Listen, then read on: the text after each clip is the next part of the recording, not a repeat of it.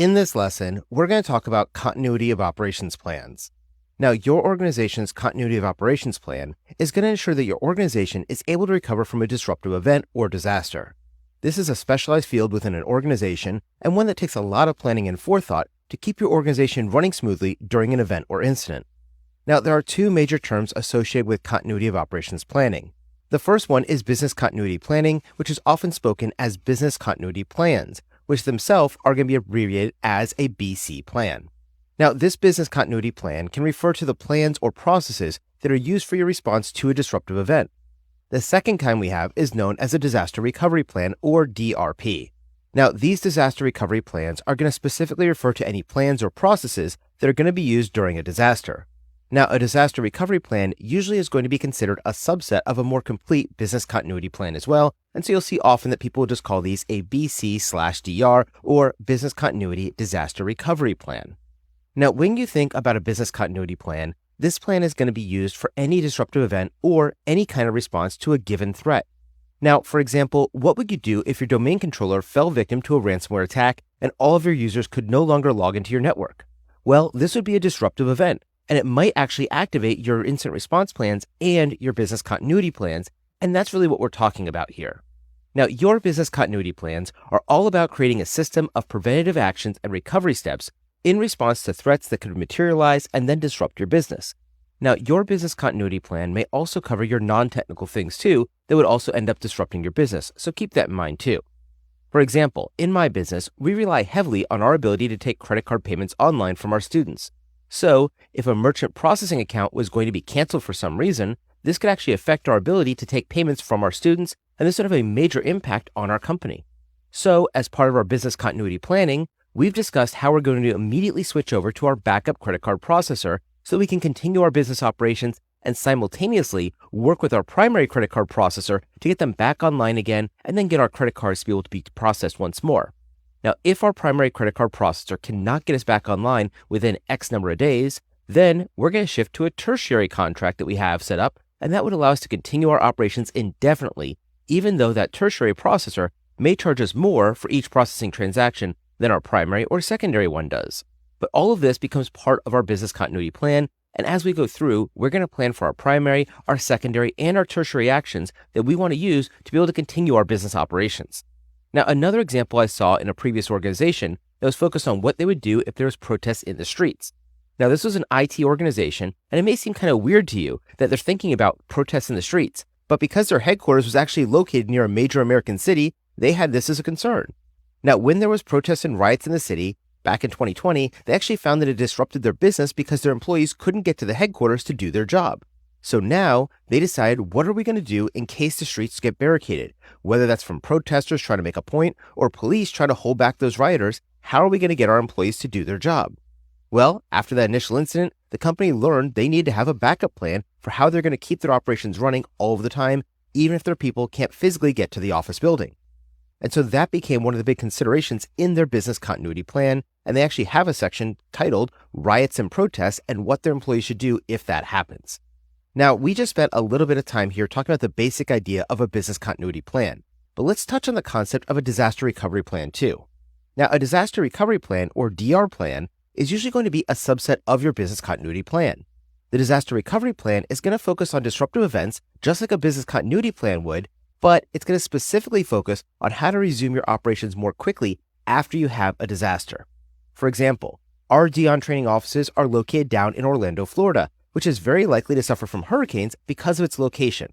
Now, our business continuity plan contains a disaster recovery plan portion that's focused on our response actions for things like hurricanes, fires, floods, and other things like that. So, if we have a hurricane down here in Florida, how are we going to be able to keep our offices open and our servers online 24 hours a day, 7 days a week? And if we can't, what are we going to do in response to that? What are we going to do if there's an earthquake, a fire, a flood, or some other kind of disaster? Now, all of these are things that we had to think about when we were creating our disaster recovery plan.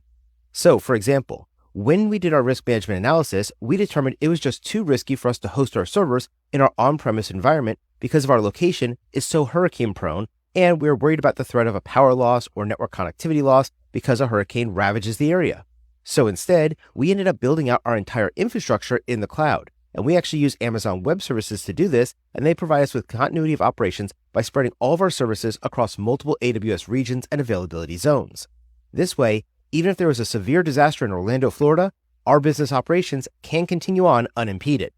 Now, another thing we did is we actually split our staff across multiple locations, both within Florida, the rest of the United States, and a few other locations around the world. For example, if you email us and ask a question, that's actually handled by our student success team. Now, our student success team is actually split evenly between the United States and the country of the Philippines. Now, if there's a power outage in our offices in Florida, our Philippines team can actually take over operations and continue to work to make sure that you, our students, are being taken care of. Similarly, over the last few years, we've seen that floods have happened in the country of the Philippines. And when that happened, our US-based team was able to step up and cover for the Philippines team while they took a couple of days off of work to make sure they were safe, their family was safe, and their homes were taken care of, because our Philippines team had other more important things to do and they couldn't get to work because maybe their power was down or their internet was offline or their house was being flooded. And in any of these cases, they need time to take care of that, and we can do that by shifting the operations back to our Florida center. By dispersing our operations across multiple geographic regions, we're able to continue our operations even in the face of these kinds of disasters. So now that we've covered the differences between a business continuity plan and the disaster recovery plan it contains, for the rest of this lesson, I'm only going to refer to the business continuity plan. But when I do, remember, I'm really equally referring to both the business continuity and the disaster recovery plan it contains, because the only real difference here is the type of event that you're going to be responding to. If it's an incident, then it's going to be a business continuity issue. If it's a disaster, it's going to be a disaster recovery issue. That's really going to determine which plan you're going to follow during your response actions based on the event that you're actually taking actions against. Now, the development of your business continuity plan is really going to be the responsibility of your senior managers within your organization. It's up to them to drive this effort and ensure that it's being done properly. Now, without their support, the business continuity plan development is actually going to stall out and fail. For this reason, it really is the responsibility of your senior management to help set goals for the business continuity and disaster recovery efforts that are being put under this senior management control. They're also going to make sure that a business continuity coordinator is being appointed, and they're going to lead the business continuity committee that develops these plans. Now, this business continuity committee should have representatives from different departments across your organization, including your technology department, your legal department, your security department, your communications department, and others, just to name a few. Now, this should not be just the IT people doing this thing, because we all need to work together across the organization to ensure we know how we're going to continue to operate our business. Remember, we're not just covering the technology or the networks, we are covering everything inside of the business. And this is the reason we need people from across the organization helping us. This committee is going to be working to determine the recovery priorities for the different types of events that could occur, whether they're going to be disruptive, and whether they're going to be covered by the business continuity plan or your disaster recovery plan if it's a disaster.